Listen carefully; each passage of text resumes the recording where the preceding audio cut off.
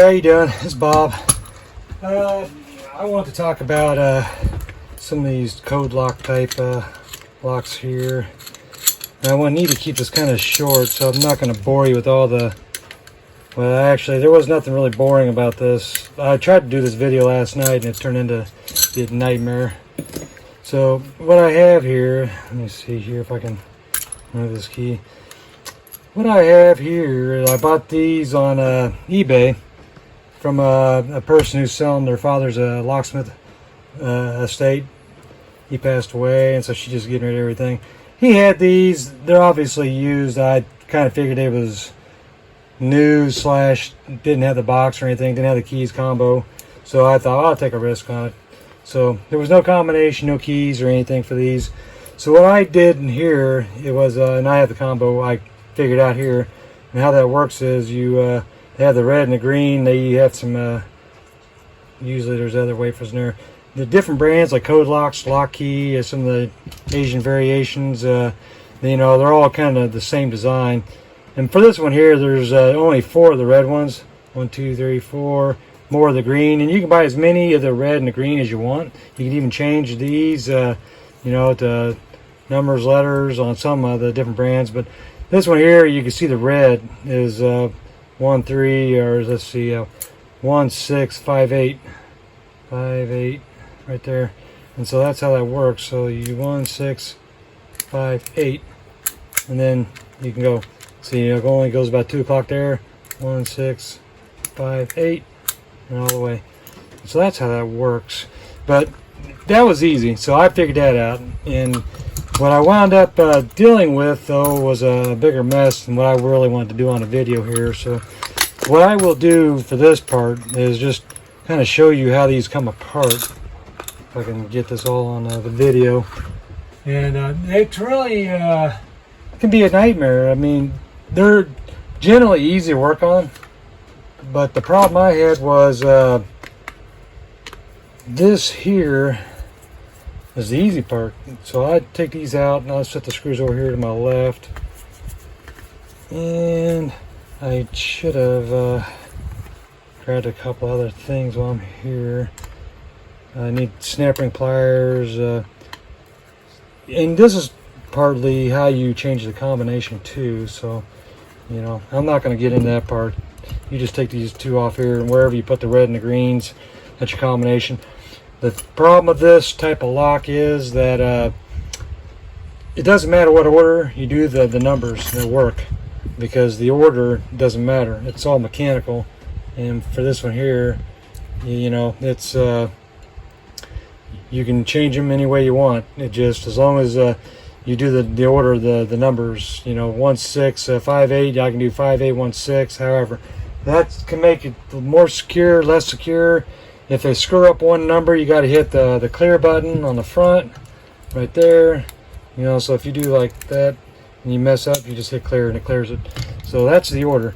This here is where you have all this stuff here, bits and pieces. Your buttons just pop out. And so let me pull this off right here. So this plate goes on over this cam.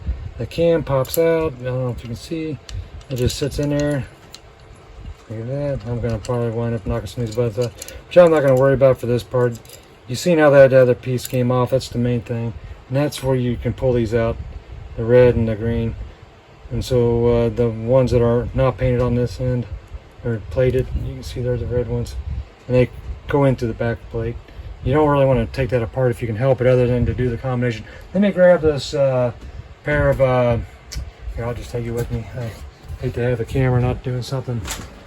So let me see, I have some of these snap ring pliers, and that's what you need for this. I'm going to try not to let this drag on too long, because I got to go to my job, and this gets kind of boring once you've kind of had it apart before. But I just kind of want to get into part of this so you can kind of see how this goes. Once you get that snap ring, and these are kind of a bugger. Okay, that worked out pretty good. Yeah. And sometimes you got to bend them back a little bit. So that's slid off there. Let's set this right over here for now. It's not necessary to do anything with it. this piece here, that was what was already underneath this. And so, and then you got this plastic bushing here. There's actually two of them on this one. So the one I had worked on actually was probably already, in fact, I know they had it all apart, they just didn't put it all back together. And this doesn't really matter how you know, it's 3 holes, it's gonna go on the way it goes on. That's plastic. So this here is where your lock is. And from there, it's a standard lock. So this one here, see if I can get this apart real quick. I ran into this yesterday. I'm gonna have to probably add in some more to it. The one I did yesterday, you see that piece of plastic? They put that on there. This cap wasn't even on there correctly on the other one I did, so I had to make a cap, and I'll try to plug in that little video on that, how I did that. That was a bugger. Yep, anyways, these should pop off if you can get them off without tearing anything up. It's coming off right there. And man, I mean to tell you, that one I did last night, whew, what a mess. No, they're usually not that complicated. I don't think they really, you know, design these to be rekeyed. I mean, they're rekeyable, but they're not like something you really want to have to play with all the time. And these are pretty weak, I noticed. These spring clips. See if I can get on here. Yep. Well, here, let me go grab it. Yeah, I got that off. Had to play it a little bit. See, now I had to bend it back. It's kind of a cheap design. I don't really care about it kind of apart too easily. And so here's another part of this, and I don't know if this is going to be the same as the one I did last night. Let's see if I can do this. Kind of a mess these things are. I'm kind of surprised. So let me find me a blank here. Shim it open. Okay. And I got some weird things about this keyway. See? Quicks, it didn't even fit that. Okay, I'm back. Sorry, I run into issues. This was exactly like the other Codelocks one I did. This one over here. It was another one that had been modified, adjusted, I should say. And I had to shim it open. I used a drill index. You know, if you ever can't find the right size plug follower, just use your drill index. That's usually what I'll do. You know, just use the shank of it like I did here.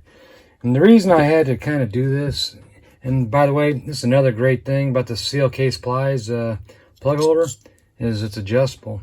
This plug itself is a .463 OD, and the housing on say this right here is more like a .472. There's some slop in there, but like the other one was out around on one end, and like it had been janked around a little too much. But anyway, so I managed to get those out, and let me see, I dumped the pins right here, and here's some of the scribble I did trying to figure out this stuff. Let me move this camera back over here. I'll show you the scribble here in a second. This is the lock here. There's another one where they file down whatever pins were in there originally, and as you can see from those pins right there, it's the top set that I actually just dumped. They're it's very iffy. You know, before I cut this video just a minute ago, the quickset key will fit it, and the dilemma I have is, let me put this back right here. The dilemma that we have right here in this situation is, by the way, when you do use a shim on this, if you twist that to the side like that and slide it out like you would normally do, your top pins and springs will fall into this. You know, it'll drop down in the recess. So I left the shim in it, and I'll use that to kind of cover back over, as you can see right there. I'll just slide right back in, and it seems like that's going to be easier to do. So anyways, I'll turn this like this to keep it kind of out of the way. And let me get this dimensions here. what I wound up having to do with this, and honestly, these Codelock type locks are not that complicated, but this one here, whatever brand it is, it's not a Codelock, it's not a lock key, some offshore type. But I had to measure this part and this part, do the math on it, 207.122, and then figured out how my between centers is, and what I determined was it's a 0.1645, and it's right about. So as you can see, if you can see, you just want to do exactly center. All right. So anyway, so that's what I figured out for the depths and space. Never really did figure out the depths, and I figured I wasn't going to worry about it because I got a 3000s pin kit down here, and I can just throw whatever pins I want. So I know it's not Quickset because Quickset does not have that type of depth and space. When you go through the books, this is another great thing about this book right here, is you can get through here and you can figure out, let me see if I can find it. There's Dexter is 0.155. Hart, Corbin, Russwin Systems 0.156. And so as you go through this whole thing, trying to figure out your depths and space, I never could find anything that would work. There's Best. Arrow, it's a 0.155. So you got to find something that's 0.165, and I never did find it. And so let me see. Sergeant is 0.156. Siegel 156. Schlag Everest 156. Weiser Falcon 0.156. Taylor Large Pin 0.155. I have to find something as a 0.1645 or 165, as this says right here. And so that's my space. And so, yeah, Westlock, Yale, Masters 156, General Locks 161, close. Russell and Large 156, Yale, large pin sectional. And that could work, but then the profiles don't match. It's more of a Quickset profile. But the odd thing is, this is another one of those where there's a 0.160. You get to the. Find the Quickset. Anyways, so with the Quickset, Schlag, it became a kind of a mess to do this. Let's see, Sergeant Small Pin, 156. Most of these, you're not going to find it. It's so what I wound up having to do is come to this is the HPC. It does have a micrometer card where you can just use micrometer dimensions on here for your depth and space instead of an actual manufacturer. And by the way, I wanted to show someone else. This does do angular cutting for medical. Someone asked about that here the other day. Yes, I didn't show that part, but it does do that. If you pull that pin and move that, I can't do it with one hand. But with my framing, I got the 165 thousandths, and then I just went ahead and cut it. And I just cut the depth I wanted, based on the key that I was going to do. And so that's how I came up with this pinning combination on this. And so that is where I wound up with that. So once you get that, I never did find that Quickset page for you, did I? Here, let me look for this real quick while I'm doing this. Yeah, and this here, I can never get it to slide in. So it's like it's not a Quickset keyway. You thought it might be, but yeah, that's a Quickset Lishy. Wouldn't go in.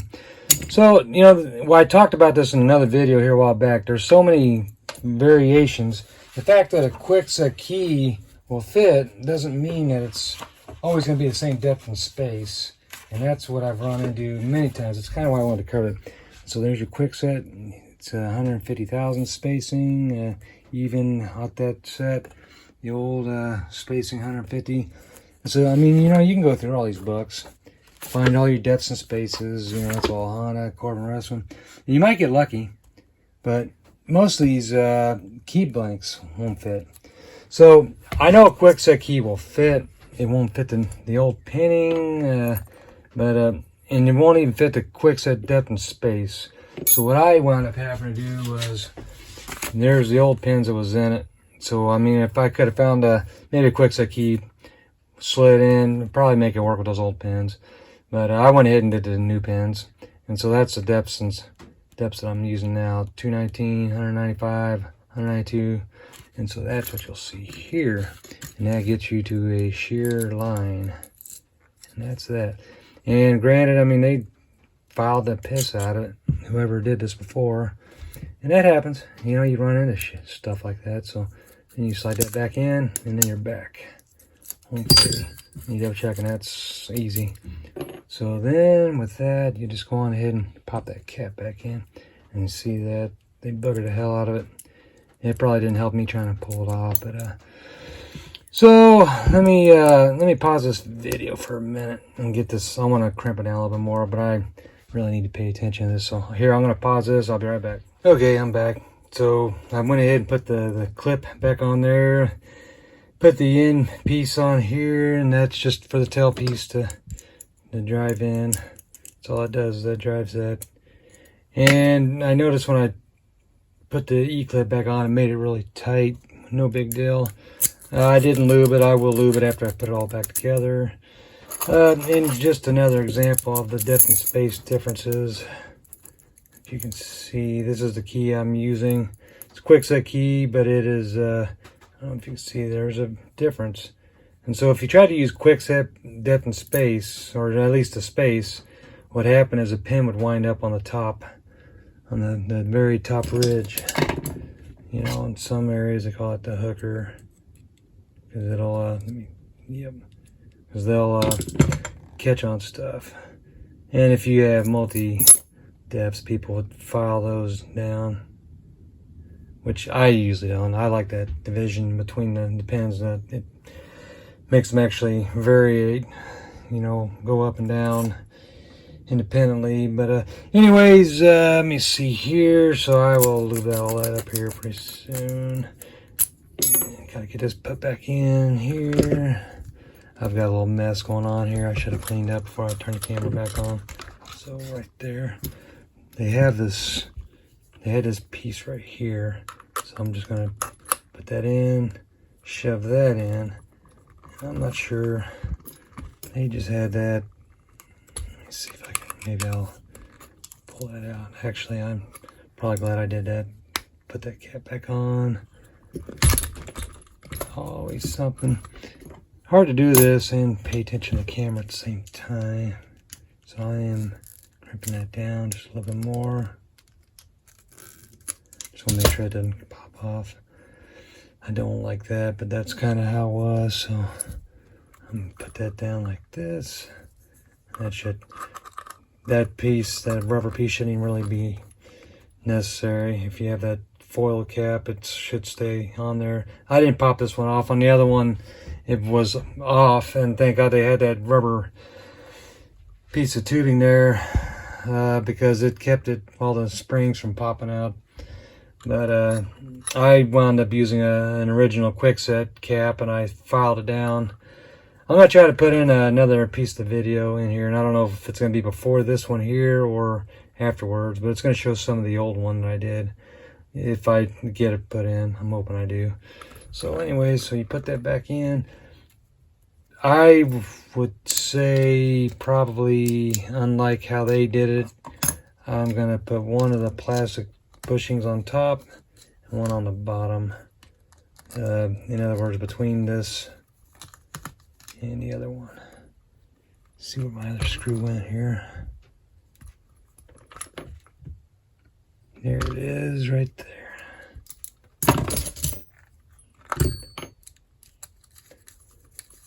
I'm not used to doing stuff on camera, so you have to bear with me. Apologize. And so that, and we'll go on ahead and set this bushing right there. You need that on there. Probably should have the other one on this side. If you remember before I did the snap ring, that was differently than that. And so this is another point where I may have to pause the camera. I'll try to do this on camera. I don't know if I'll get it done. Let me see here.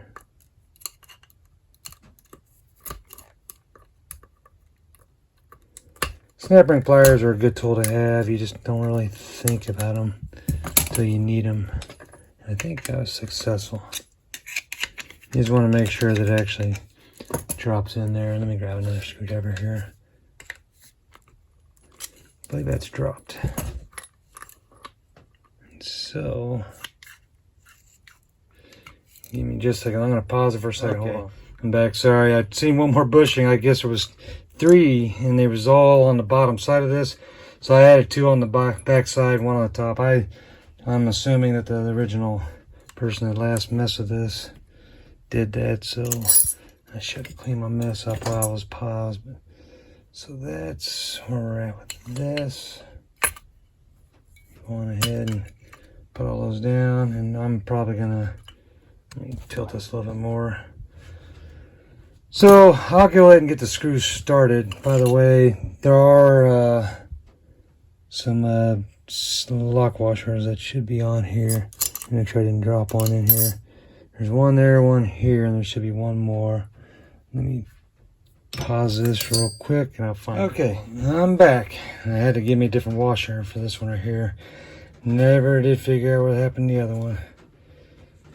And it's fine, it just keeps from loosening up. So we'll go ahead and get back to this. Just about there. This shouldn't normally take this long. It only did because I run into one issue after another, which can happen. As everyone knows, that happens. So that's one thing I just want to mention. When you use these rails, sometimes it will magnetize your screwdrivers, so then your screwdrivers will start picking your stuff up. It kind of sucks sometimes, but sometimes it's helpful. But when you're trying to throw it into a hole, it can be a pain in the butt. So let me turn this up. I'll just get these started for now, and then I'll tighten them all the way down. Just want to make sure my hardware stayed in place. Oh, one thing I do need to do before I get too far, but I've seen it. Put this piece right back there. There we go. That's better. And make sure that sits.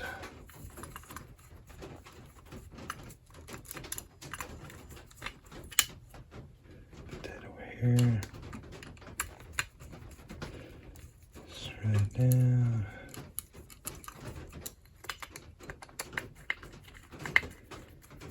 And I think we're just about done. I don't know how many times I've had to stop this video. I hate doing that. I don't really even like recording stuff, but seriously, I mean, you just don't find a whole lot of these kind of videos out there, so I thought, well, I'll go ahead and put this on there. And I played with the first one before I decided to do a video, because usually it should be pretty straightforward. You should have a standard cylinder in there. It's either a Schlag or a quickset keyway. Okay, so there's that. When you put the correct key in there, I'll put this tailpiece right back here. That should spin all the way around. And that does. It just needs, I need to drop it in right there. See? And that's supposed to go. Okay. And then 1, 6, 5, 8. Perfect. And that's exactly how it's supposed to do. So, you know, what do I say about this? I would get a lock key or a Codelocks that you know is a name brand. They should say it up there. This is some generic knockoff of those. I still like these just because, you know, it's one of those things that, granted, I mean, you know, you can get the ones that don't have any key whatsoever. Sometimes they're kind of nice to have if you just need a quick deadbolt throw on something. I have the keys made for them now, so I know they're both keyed alike. I'll probably use them somewhere where I work, or on the bedrooms or something. I don't know, I haven't decided yet. But you know, long story short is they're fun to play with. These aren't exactly the, I mean, by far they're not the most secure out there. If you get the name brand, they have a lot more functions and capabilities. You know, they all have their weaknesses. Bump, pick proof. No, they're not. You could pick them. I mean, like I said, it's just a quick set key now. And you know, the quick set key, that's what was odd, is even though that fits, the Lishy tool will not. So it makes you wonder exactly what the Chinese version, I don't mean Chinese, but the Asian version. See, I want to go in there. It makes you wonder what the key would have looked like. I tried to look online, and they don't usually show the key because, you know, they taunt these as being keyless. But nevertheless, I mean, you can get them with or without key override. I actually got this. They were just cheap on eBay. I bought 3 of them, and I'll sell them, you know, use them either on my stuff or customers. Now I got a key, you know. You're not going to bump that unless you know what I know about this being the right space, because if you use a quick set bump key, you're not going to bump it. You know, it's the quick set bump key doesn't have the same spacing, so it would be technically not possible. I'm not going to say it's impossible, but I'm just going to say technically it wouldn't be possible, you know. But you don't know. I mean, you know, you can still pick them, but there's other things. It used to be you could get something slide between a door and grab this, but they got these in the way now, so it's kind of hard to grab that. You know, to slide in, there's a tool that you can get and slides in there, but you're not going to do that on this. It's not as easy as it looks on the videos. I mean, you'd have to know that that was there. Plus, I mean, you can put a piece of tubing over this, you know, that will stop you from doing that. But anyways, I'll go ahead and get off here. I hope I didn't bore you too much. This is just another one of those adventures in the weird locksmithing things that we go through. I'm trying to remember. I think I was going to showcase something. I don't know if I showed this a while back. You know, this is a high dollar tool. I say high dollar, I mean major manufacturing makes it, and it's for installing drawer locks, you know, cam locks. Comes with different tooling. I just wanted to showcase this. It's a great tool. You know, if you do a lot of repeatable stuff, if you want to locate the holes, I mean, I think I used this in every one of them I did, and it was let's see here if I can get a better picture of all this stuff. Maybe I'll do a video sometime of doing this. Some of that stuff's kind of boring for a lot of people. That's why I struggle. If you see something you want me to showcase or do or whatever, just let me know. I'd be more than happy to do some videos on some stuff that you just don't normally see. There's a million lock picking videos. I have no desire to showcase lock picking because there's just too many of them out there, and it's, to me, that's something that's more for the, you know, the lock sport communities. As far as the locksmith, I do have videos that I have unlisted on YouTube that aren't that I don't make them publicly available unless you have the link or, you know, whatever. I just and that's, I know some of the locksmith army folks, they used to do that too. They would have videos and they would put that on there and just send out links to the people that paid for their club, you know, whatever they do.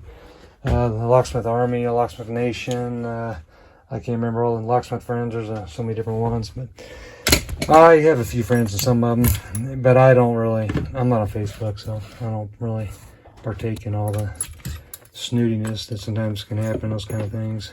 I used to be on there, and it seemed like I've spent more time defending new people, you know, than anything. It's like everyone has a right to have to learn their own path.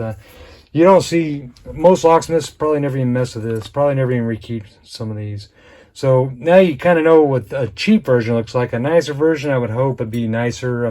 I'm pretty sure I have keyed one from Codelocks, and it was just a standard quick set keyway, and it rekeyed is like a regular quick set. I mean, it was a shellac keyway.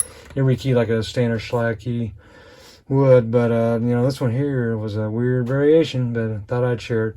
Anyways, thanks for watching. I'll talk to y'all later. Bye bye.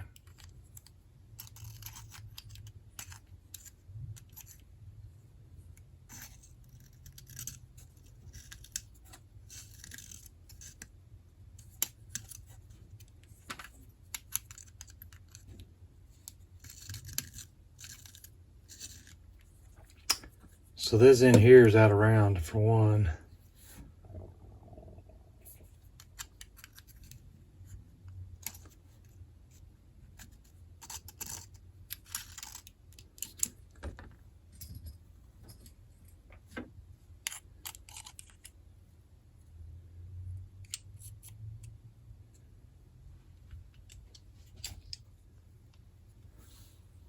person I bought this from was on eBay.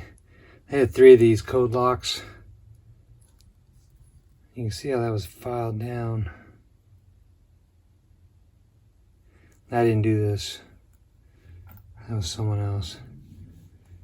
And then the housing is damaged. It should have a lip on this part here. I went ahead and filed it down. I'm going to see if I can use a quick set cap or something like this. I'll have to open it up a little bit more. See if I can get it on there. These little clips right here. I'll be able to bite into that. Hey, this is Bob with Odin's Lock. Thank you for watching.